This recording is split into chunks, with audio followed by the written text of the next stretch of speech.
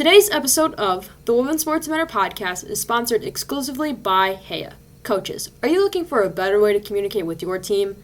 Heya is a simple communication and scheduling app for sports teams.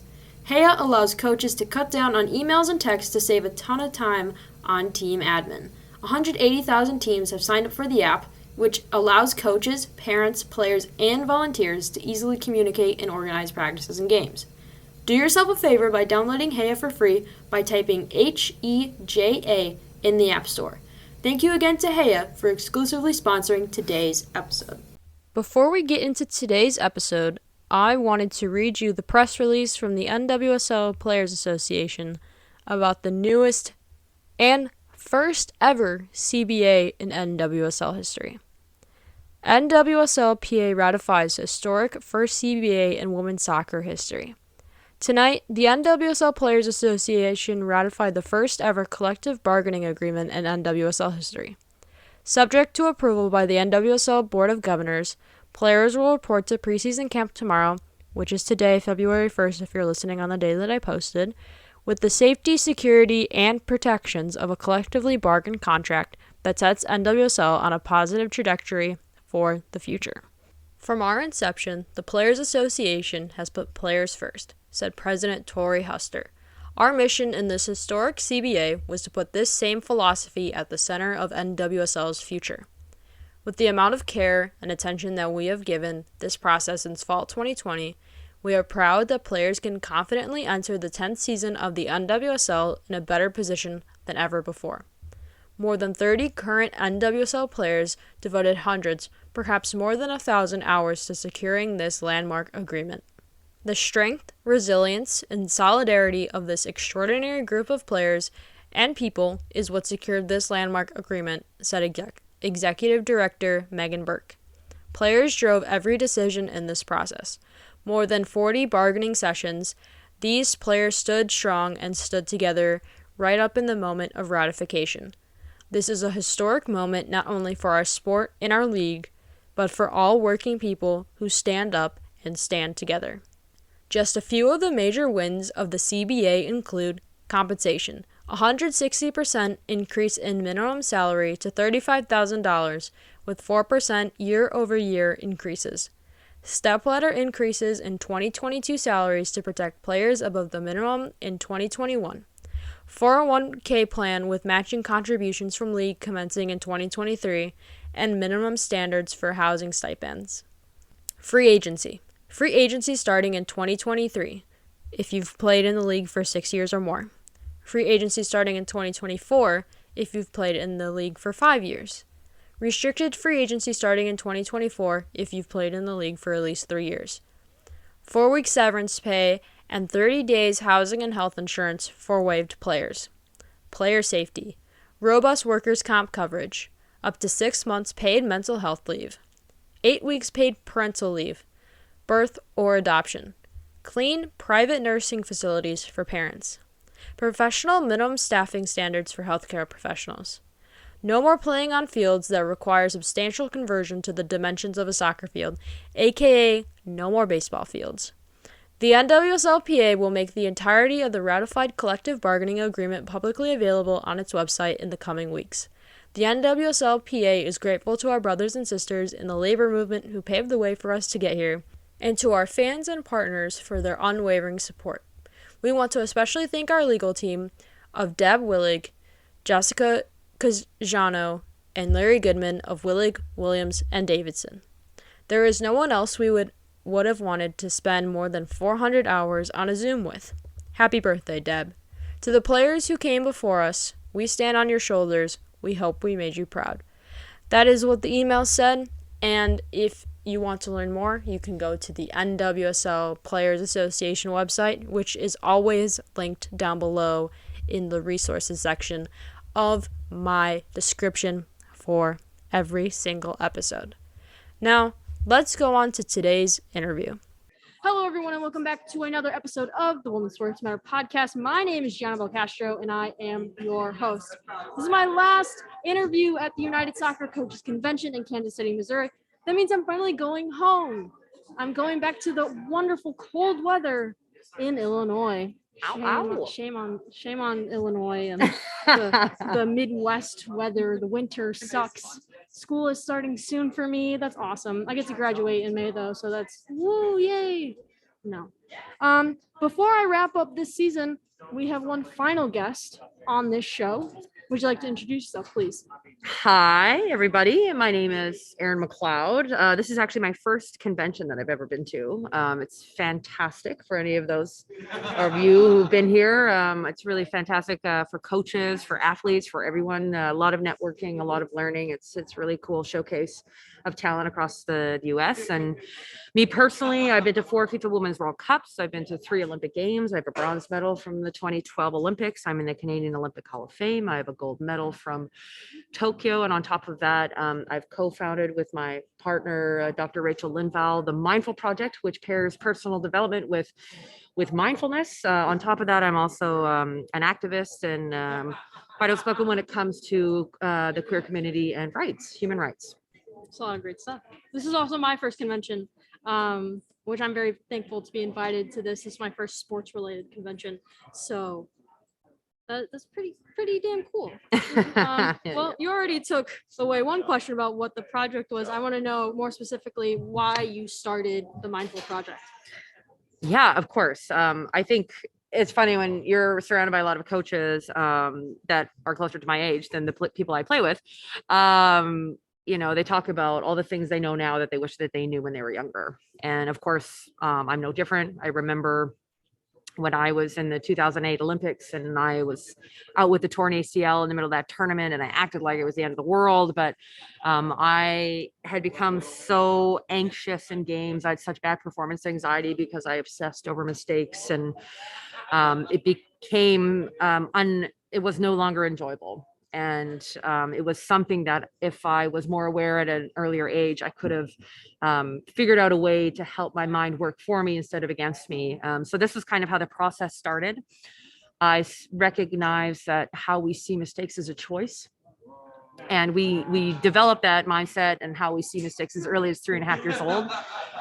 So the possibility of maybe not having to unlearn all these things that we say to ourselves when we're horrible to ourselves when we make mistakes, the idea of helping kids with growth mindset and how to practice self-compassion, which develops grit, which helps you to learn faster and all these things. That was kind of the starting point. And then I had a huge moment in my career, 2012, leading up to the London Olympics. I worked with a fantastic sports psych who basically was like, help me, because I knew I had performance anxiety, which is when you're thinking about the past or you're thinking about the future and you're not in the present moment. And he had all these wonderful techniques to get me into the present moment, which I didn't know was mindfulness at the time. And I learned that that's what it was. And it became so wonderful. And I learned so many effective tools that help keep me in the moment. And there's still tools that I use today in sport and also out of sport. So for me personally, that's how it started. My business partner has her doctorate in mindfulness research. When she was in the middle of her doctorate, we were like hanging out, chatting about how we would obviously change the world. and then the Mindful Project was born. We thought of ways that athletes could figure out how they're, what their mental habits are, that awareness bit, how to have these application exercises so they could immediately grasp these concepts, apply to their lives. And at the end of the day, high performance is the goal, and also just enjoyment of sport or whatever they're into. I've been there personally with like injuries in the past, the many different sports that I've tried to play with throughout my school career. Some of them just I've had a lot of hamstring problems. Okay. And I missed out so I transferred from high school my sophomore year, and that was like the last time I got to play soccer, and I was out with a hamstring injury, and I just sitting on the sidelines was like, God damn. I wish I was able to like spend the last time I would ever be at the school playing soccer. I'm just like, gotta take better care of your body, but also you can't blame everything on what's going on. Yeah. Well, I mean, I've had multiple injuries throughout my career, and it's funny, injuries are a blessing and a curse. You're obviously away from something that you love, but ultimately, it's a moment where you step away from your sport, and it gives you a moment to figure out who you really are and what your purpose is. And I think for me, every time I've had an injury, it's been the same thing. I've been like devastated and kind of lost part of my identity, only to realize that I'm the only one who defines who I am and my identity ultimately. But I agree, it's tough. I didn't step on the field for 1 minute this Olympics, and we won a gold, and it was a challenging tournament for me personally. But at the same time, it was so incredibly rewarding because of all my mindfulness tools and self-awareness tools. I was able to make sure that every time I showed up for my team, I was at my best. And that takes a lot of work behind the scenes. Speaking of the Olympics, last night I was rewatching the penalty shootout between Sweden and Canada. Take me through the moment that Julia Grosso steps up to take that kick in and what happens after that. You know what? It's funny. I had all the confidence in the world in Julia. I have so much respect for her, but I also really respect our coaching staff because we were together for 45 days from the beginning of our like pre-camp to the end of the Olympics. And every day, every single person took 3 PKs, like over and over and over. And our preparation for the PKs was incredible. And who knew if it was going to pay off, but ultimately it did, right? And so I remember when Julia stepped up to the ball, I was calm. I was, of course, working on my breathing techniques and my breathing tools, but I remember feeling like I knew that she had it. And the moment the ball went in, like just pure joy. I mean, I was sprinting as fast as I could to get to the rest of the team. And it was just such a united, connected moment, but also win for all of us, like we all had committed and done everything. And this was not a normal Olympics. I mean, it was the pandemic, and it was when we had 45 days together, like we only had 45 days together. Like we weren't allowed to go anywhere. We weren't allowed to do anything else. So we had to be creative and come up with new ideas for hanging out or doing different activities so that we wouldn't, go stir crazy. So it was a challenging Olympics, but man, when she scored, it was just, it was cool. And for me, I've been playing with Canada for over 20 years. So I was like bawling as we were celebrating, just because, my entire life has been dedicated to this and hopefully helping the women's game. And it was just a fantastic moment. Hopefully, this gold medal can bring some sort of professional league to Canada. Amen. Hoping to see that soon. Mm-hmm. I think that Canada deserves a women's league, especially with the many talented people on your team, Mm-hmm. especially the fact that players have to either choose to stay in to go to the U.S. or go overseas, or maybe just not play or try something else is just. Mm-hmm. Yeah, I mean, you look at all the other top countries in the world, right? And they all have leagues. And, and for a long time, like Brazil didn't have a league, but now they have a growing league. And there's definitely interest in women's sport. I mean, the other day I was scrolling through Instagram, and Barcelona Real Madrid Champions League game, they had sold at that point 85,000 tickets. I'm sure it's more now, right? And there is definitely an interest there. There's a lot of hurdles, of course, in Canada. We're a big country, don't have a huge population, but I think, we always claim to be this progressive country, and we don't have any professional leagues. So, I think it's time for a change. It's sending the wrong message to all the young people, girls, non-binary boys, like, whoever, however you identify, like it's sending the wrong message to our young people across the country that we are only prioritizing boys sports and men's sports. Yeah. I'm hoping to see like an NWSL team in Toronto, or maybe like Yes, WNBA Toronto team. Yes. The PHF is going to Montreal next season. So at least they got hockey going on for them. Yes. Yep. Time to step up the game, NWSL. Come on. Do Amen. something. Amen. I want to talk about, let's see, my beautiful questions list. What do I want to ask you next? Let's see. Being outspoken. I want to know in terms of like mixing with mental health and talking about all these different issues. Does it ever get to you? Is there any pressure that you feel like you always have to talk about certain issues? No, I've never felt that way. To be honest, I feel very grateful that I've been put in so many boxes because it gives me an opportunity to grow and learn. One of the most significant things that happened to me in the last 2 years was CANXNT coming out.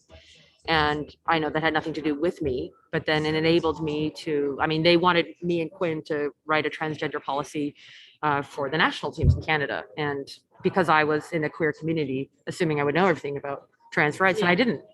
And it was a fantastic learning opportunity for me because I started reading what binary meant and non-binary and trans and the umbrella and gender identity and expression, all these things. And I realized how much I didn't know. And and so I'm so grateful because then I also looked inwardly and I was like, well, maybe I'm non-binary. And I think that's the whole point. You know, when you learn, you have to reflect. And I'm so grateful for their courage to speak up. And I know it wasn't easy for them. And they, because there are not a lot about trans athletes, and rightfully so. Look at the way that we're treating our trans youth across this country. But you know, there's not a lot of out trans athletes, and so I think Quinny carries the weight of the world sometimes. But I have so much respect for them and grateful because it's helped me be more educated and learn more. I think with Quinn coming out, that meant a lot to me personally. Like, oh, there's someone like me in the NWSL. Right. And it just makes everyone think a little differently about policies. I know that, what was it, the NCAA had their trans policies come out yesterday. I was just like, don't do that. Yeah. I know you do some work with Athlete Ally as well. Yeah. And some other organizations. But I have another question about, the Canadian national team. So on Twitter, I don't know if you've noticed this, but the teams have their own hashtags. Yeah. I've seen both the CANXNT and both the CANWNT. I'm curious to know if any of your teammates have, discussed seeing this online and what it means to your team. Yeah, I mean, I think it's intentional on our end. We always want CANXNT because to support every person on our team. That's really the reason, I think. And to be honest, if you look at sport, there's no place for trans people in sport. There's no support. There's, we have a men's national team and a women's national team. And I can't imagine being in that position. So I think we're just doing our best to, first of all, raise awareness and be as accepting as we can until, we start having transnational teams, in Canada anyway. Yes. Let's see. What do I want to move on to? The Sochi Olympics. I read about there was an article in the CBC from, I want to say 2015, talking about you coming out because of the gay propaganda laws in Russia. That's right. I personally came out, I believe it was 2017. I'm curious because when I came out, I was like super anxious and like, oh my God, mental health basically is how I'm gonna wrap that up. What did you have to take any sort of precaution? Were you nervous? I just want to know more about Yeah. that. So I had been out like to my friends and family, and anybody who knew me that knew that I at the time I knew I was dating women, and so I didn't necessarily need to come out to anybody. But I saw what happened in Sochi, and I was appalled by the idea of not being able to celebrate my wins with my partner, whoever my partner was at it. Like it just seemed like it's a human right, and so it kind of seemed like a no-brainer. And the only reason I was hesitant about it because around the same time, like a number of people are coming out, and it was almost like a celebrity stunt, or to get more attention or whatnot, and so I was nervous about that. I didn't want it to be misinterpreted. And I think the other reason is, my mom was always like a little bit worried and wanted to protect me. And I think that was part of it. And I also didn't want to be just identified as the gay athlete, which ultimately ended up happening at first. But that's, I think, how we kind of deal with things as human beings. We label everything, and that's how we feel a little bit more comfortable, to be honest. But yeah, when I decided to come out, it was really just a notion like, if enough people come out, then no one has to come out anymore. No one has to have that awkward conversation with your parents about mom, dad, or, I'm gay. And, like that conversation doesn't happen for every child, and so that was the idea behind it. And then I got just more involved in the community and recognized that it is important, that visibility is everything. I mean, I started playing professional sports because I saw a female athlete on TV.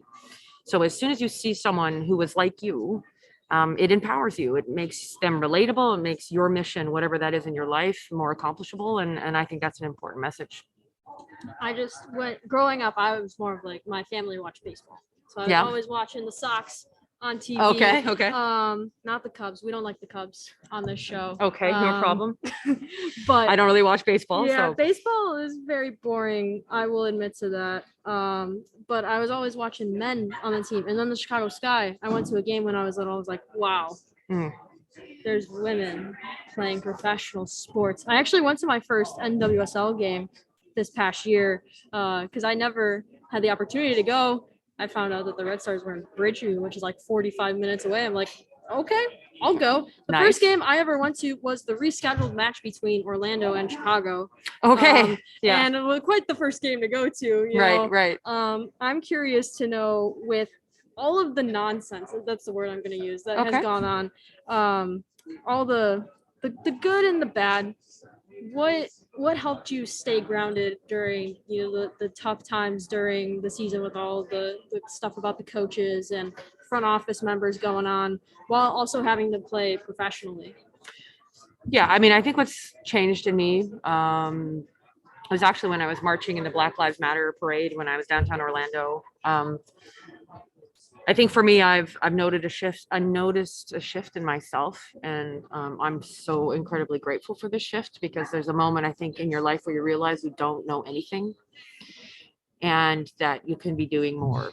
And I think, and in that moment, when you notice like I'm white and I'm privileged and I'm all this stuff and all the, your world's kind of blown open. And I'm so grateful. It took me a long time to get there, and I wish I had gotten there sooner, obviously. But at the same time, yeah, I just feel like I have more purpose in my life, and I have a platform, and I have a choice to use it to the best of my ability. And so many athletes do. I mean, some would argue that social media is a curse, but it can also be a blessing if you use it in the right way. And I think, when everything was going on, I am lucky because of the personalities on Orlando. Everyone, there's some fantastic, I'm almost sworn in your show, fantastic, solid human beings on that team. And ultimately, we knew we just had to do what was best for everybody, for our players. We had to make sure people felt safe. And, I know part of it was like people wanted the league to survive, and they're brushing all this crap under the rug, and it just ended up hurting so many fantastic people along the way. And what it proved is, if you have enough people standing together fighting for what's right, you win. Yeah, I just looking through social media during those times was kind of like, I should probably put my phone down for a little bit. But also, like, I try my best to cover this too. I've made a few episodes about, the state of the league and, what the players are trying to do as well. I know there's stuff going on with the CBA at the moment. I don't know if we're really allowed to talk about that. Probably not. Probably not. I've seen like Meg Linehan talking about it online. I saw that leaking stuff to the press. Who's doing that? Huh? Well, I hope the CBA goes well, and I hope that you all get what you deserve, because it's quite frankly. Yeah. I mean, I think at the end of the day, like the NWSL, as much as we do, we have an opportunity to make history and make a league that empowers and helps all people in our league get to wherever they want to go. At the end of the day, you want high performing people, and you want them to contribute to society. So that means you have to treat them with the utmost respect and treat them equally. So I think that's the end goal. I mean, of course, the football and the sport is one thing, but I always think it's much bigger than that. When you have athletes, you're training people that can be leaders and help the society in the future. So I think we're getting there. I think we will get there. And at the end of the day, I think my hope is that we all feel really happy walking away from this negotiation. Well, I'm rooting for you all. It's my PC answer. Did you like that? I'm rooting for you all because I care a lot about the players. I even bought, I had it with me. I didn't wear it at this convention, but I have a No Side Hustle shirt that Fantastic. I bought to support the I love Players it. Association, because I believe that you all don't get enough respect in terms of Thank you. What's going on within the league. The news coverage doesn't really help, especially when they only talk about the ugly. Yeah. I could go on and on. I think I even made an episode about that, me complaining about, the lack of coverage. And it all starts locally as well. 100%. It's a huge issue. I think I think it comes from this misconception that, no one wants to watch women's sports. Yeah. And that's wrong. People want to watch women's sports. I know. Yeah. Well, statistically, even look at the stats from the Olympics and people watching the final game, and there's a huge interest there. So it's just about people that are willing to invest, and maybe that means some of the broadcasting company or television companies, like, whenever they're investing in and showing coverage of the men, they do the same for the women. And maybe it's not bringing in the same revenue, but eventually, if you give us a chance, it will. So for me, it's investing in everyone. That's how it's going to make a big difference. I noticed during the season, this past season, the different pre-match tops that Yes. the team was wearing. I want to learn more about, who decided that was going to be a thing and why. Yeah, so we, Tony Presley and I are reps for the Orlando team, and we were kind of told, and it was part of the agreement at the beginning of the year, that the NWSL would be happy if we wanted to we'd have to go through the NWSL and get it approved and all that kind of stuff. But at the end of the day, we could wear whatever warm-up tops we wanted, and of course, the season was full of a lot of different fights for social justice and equality and anti-racism and just so many things. And we had such a diverse group this season, and so it was about representing everyone as much as we could. So they were really just group conversations, and it was we really decided as a team, and it made me incredibly proud to be part of that team. I think I saw from, I don't know if it was the starting 11 posts on social, just seeing all these different shirts. I'm like, wait a second. I don't know if anyone else is noticing this. They're wearing these different shirts each time they're playing. I'm like, that's really awesome. Yeah, and we did our best to, I know we still have some auctioning opportunities, but raising awareness, raising funds. I am really proud of the team and the organization for that. So you probably have the most interesting position in terms of starting 11 when it comes to being a goalie. Yes. You get to see everything that's going on the field. I want to know, during that time when people are on the other side of the field, what are you thinking about? Are you planning on, what's going to happen next? Are you trying to go fast forward to see what's going to go on in the game? Well, I was talking about mindfulness before. I think we're all at our best and enjoy life the most when we're in the moment. Right. And so for me, training is one thing, and sometimes I'll be singing Beyonce and I'll be in my zone, but then when in the games, for the most part anyway, I'm working on my breathing, or I have certain tools where I'm just really in the moment. And I'm of the age now, I'm 38 years young, and I've had 3 ACL surgeries. I've had a right Bankart shoulder surgery, and literally every time I step on the field, it's a gift. And I never know when it's going to be my last moment. So more than anything, I just try to stay in the moment the whole time and smile. I remind myself to smile sometimes and recognize, this is the best job in the world. And any moment could be my last on the field. So I just try to soak it in. In terms of taking the position that you currently play right now, is there anyone that you try to model your game off specifically?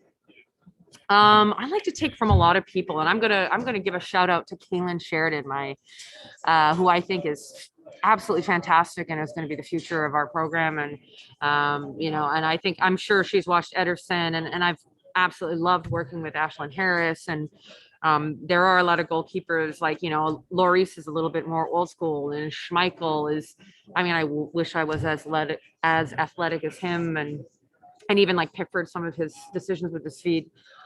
Everyone was asking me who's your team, and I'm team GK. I just love watching goalkeeping, and it's constantly evolving, and I'm always what's the next best thing? And so for me, I'm just looking for inspiration, and that can come from anyone in any league. The thing that when I was being a goalie, even though it was JV and sophomore in high school, that's all good. Is preps for PKs. Yeah. I had one PK my whole career, very short-lived career. Yeah. And I let it go, and I went the wrong way. Yeah. How do you decide which way to go? Well, and you saw this Olympics. I thought Steph Lavey did a fantastic job with the PKs, and there's a lot more information out there now. Mm-hmm. I think years ago, I think it was really just about guessing. And it is still a little bit about guessing, but now with VAR, you got to keep one foot on the line. And I think you try to wait as long as you can, because some shooters now will change their direction depending on which way the keepers go. So stay as long as possible. And then you have a more informed decision. Like the amount of scouting that goes on now for PK shooters is way better than it's ever been. There's more information than there's ever been on players. So you are technically guessing, but I think keeper coaches help you out a little bit from the side or wherever they're at. So there's also that. Yeah. Well, I saw a picture on Twitter the other day of someone's water bottle. I think it was like a men's team. They had a different like chart of where the person, their top penalty shooters go. Right. Like, you're allowed to do that. Yeah, I've seen that trick before. I have seen that before. Yeah.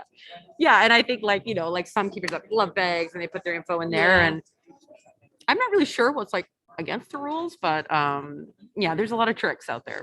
In terms of training for being a goalie, what are some things that you do? What are some things that I do?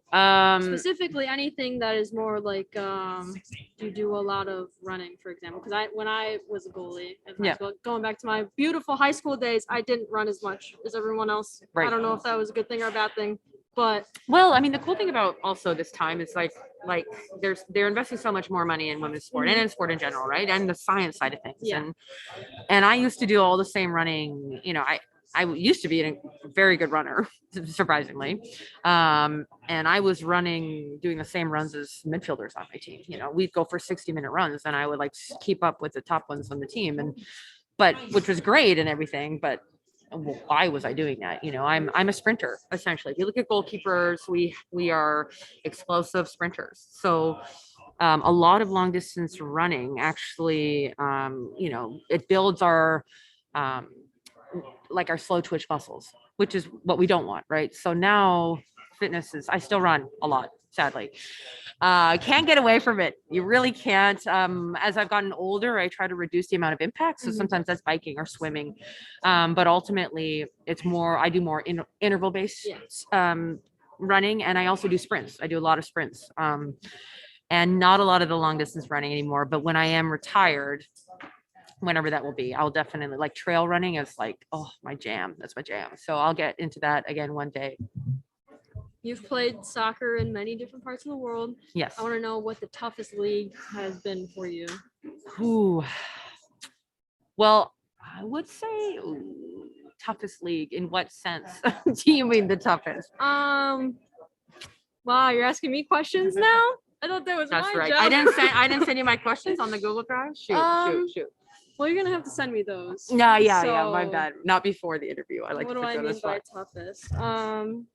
Well, let's put it this way. When I hear toughest, like the Bundesliga was fantastic, but I'm Canadian, right? So we're not quite as friendly as Americans, I would say, but we're pretty friendly, right?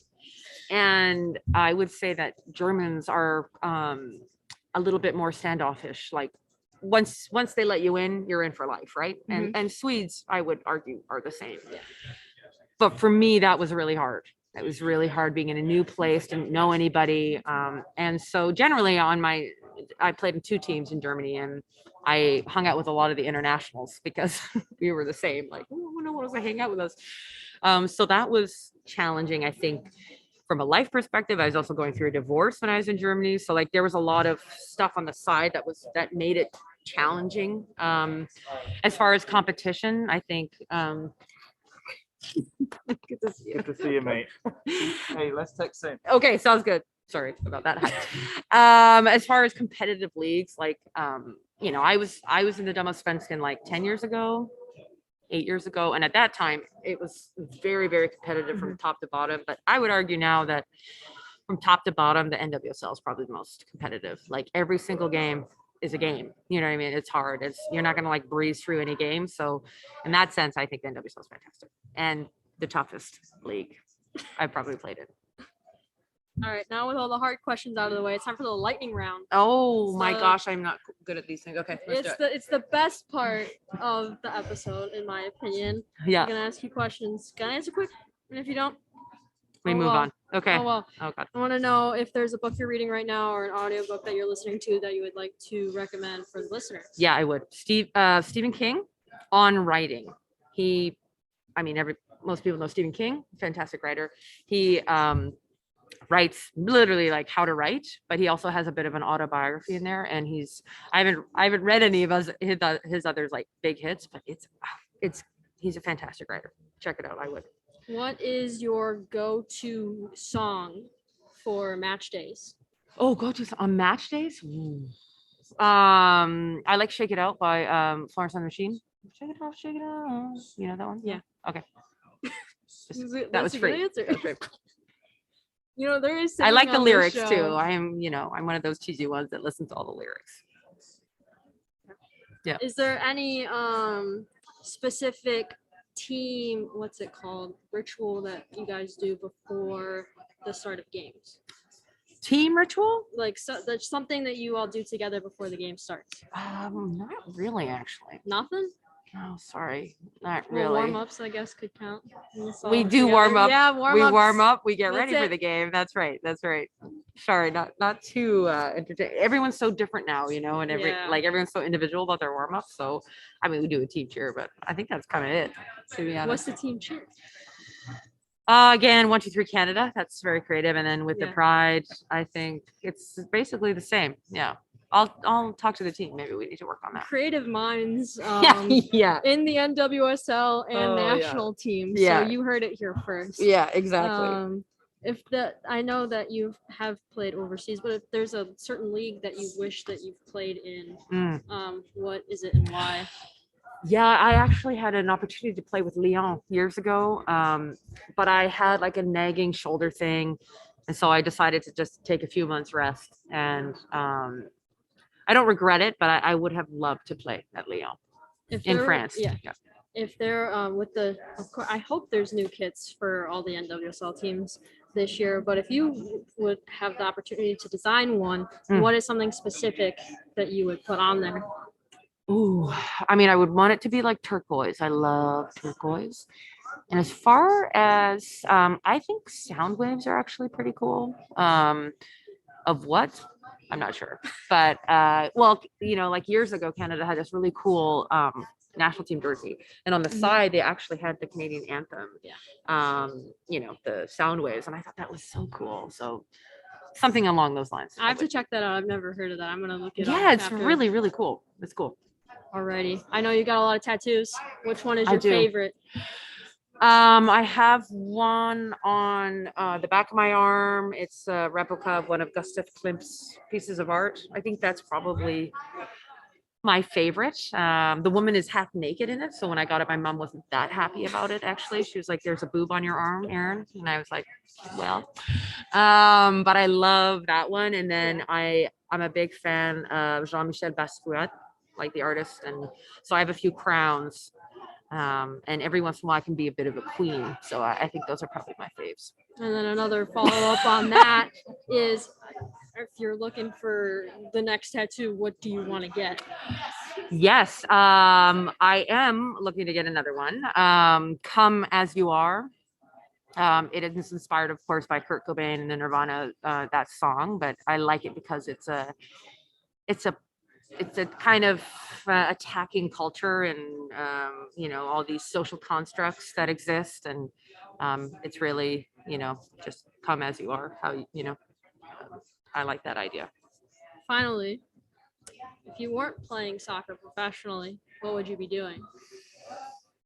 Oh man, I'm not totally sure. I have a few answers. I love art. I really love to sing.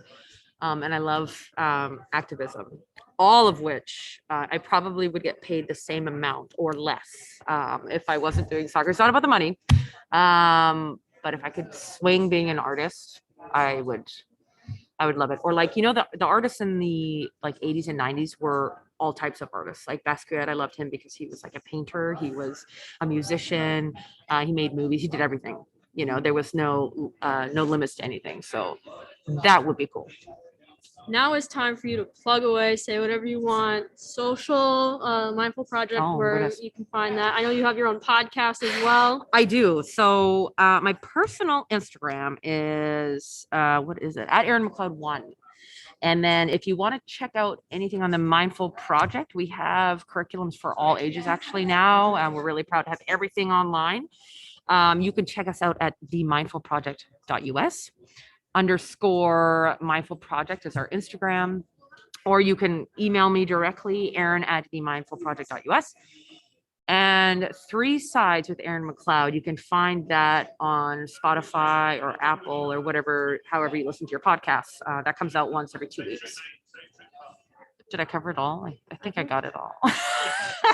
I mean, that's all I'm your doing a stuff, lot of so stuff, you all know, that so stuff it's will hard be to know. linked. Awesome. All of that will be in the description down below. Now is the time for my spiel. That's what I call it.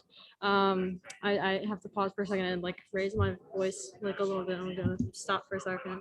And if you want to follow me on social media, guess what? You can. I'm on 3 different platforms on Twitter and Facebook. It's the same handle. It's at WSM Podcast. And on Instagram, you can follow me at Women Sports Matter. I also have a YouTube channel. You want to watch this interview? Of course you do. Subscribe to the YouTube channel. It's the Women's Sports Matter Podcast. We are 19 subscribers strong. I would like some more subscribers. Come on. Please and thank you. You gotta watch these interviews. They're entertaining, and you can see like what the person looks like if you don't know. Subscribe now. Where's the button here? Or here? somewhere. There. I think it's on your side. This right actually. here? No. Or Down there. there. all right. In the Subscribe corner now. in the corner down below. So you should probably do that. I mean, if an Olympian says so, then I think you should do it. That's right. Anyway, we got some awesome resources linked down below. Do you want to register to vote? Of course you do. There's a link for that. Need to get your vaccine? There's a link for that. Down below.